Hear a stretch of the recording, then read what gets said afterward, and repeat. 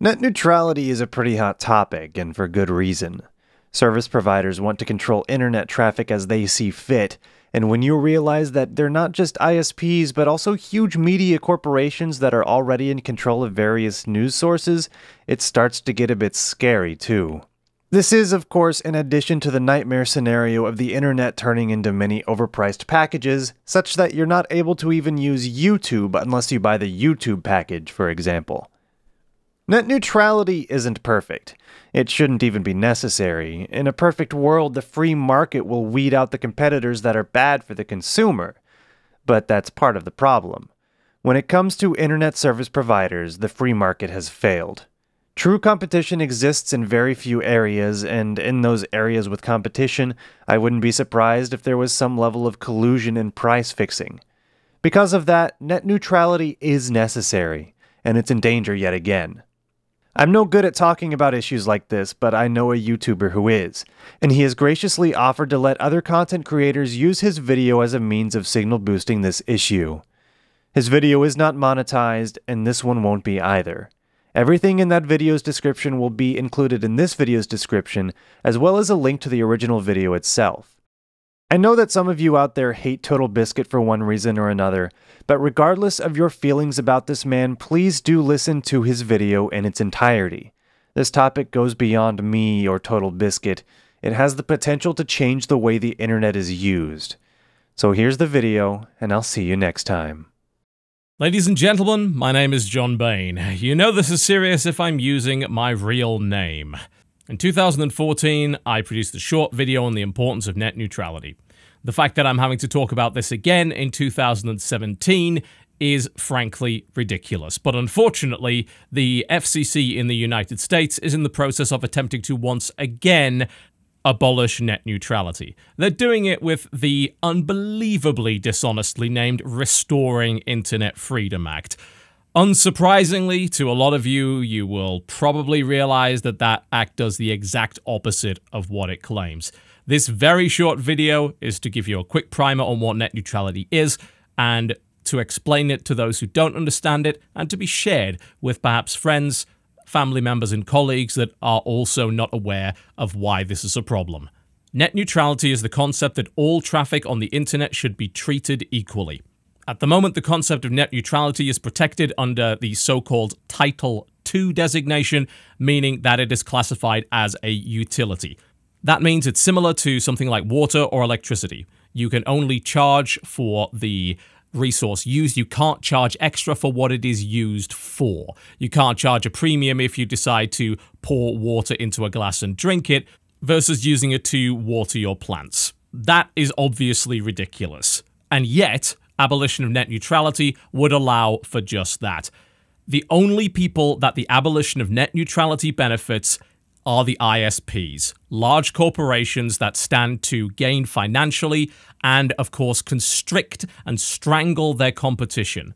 Large internet service providers in the United States, such as Spectrum, formerly known as Time Warner, also own video streaming services, which compete directly with firms such as Netflix and Hulu. If net neutrality were abolished, these firms would be able to slow down their competition to the point of making them unusable, forcing their customers to instead use the Spectrum-owned service. This is anti-competitive, it is monopolistic, and it is against the principles of the free market. It is universally bad for you, the consumer. There is absolutely no upside to this whatsoever. Were net neutrality provisions repealed in the United States, internet service providers would have the ability to charge you extra to access your favorite websites. If you chose not to do so, they could slow them down to a crawl. If that wasn't reason enough to support net neutrality, think about the wider implications. Slowing down and crippling access to websites can be used as a tool to suppress free speech. It can be used as a tool to manipulate public perception. It can be used as a tool to hamstring criticism of corporate interests. The abolition of net neutrality can quite literally be used as a tool to undermine democracy. Many political issues are complex, nuanced, and there is often not a simple right answer. There is no easy right or wrong. There is no black and white. There are no opposing teams here. Whether you lean left or right, up or down, it doesn't matter. The abolition of net neutrality is a net negative for every consumer there is. The only people to benefit from this are internet service providers. There is credible evidence to suggest that the abolition of net neutrality in any country, the United States or otherwise, can and will most likely result in that country falling behind in terms of its competitiveness on the world stage, whether it be economic growth, fighting unemployment, or technological innovation. These are all things that will suffer with the abolition of net neutrality.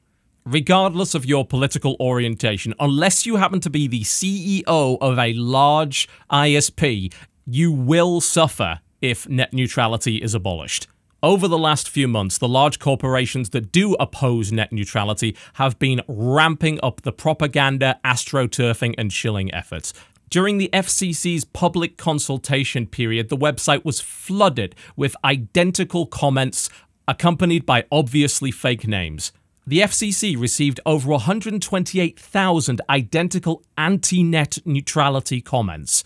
While it is entirely possible that some people have been misled into believing that the Restoring Internet Freedom Act actually does that thing, the vast majority of these comments were posted by bots.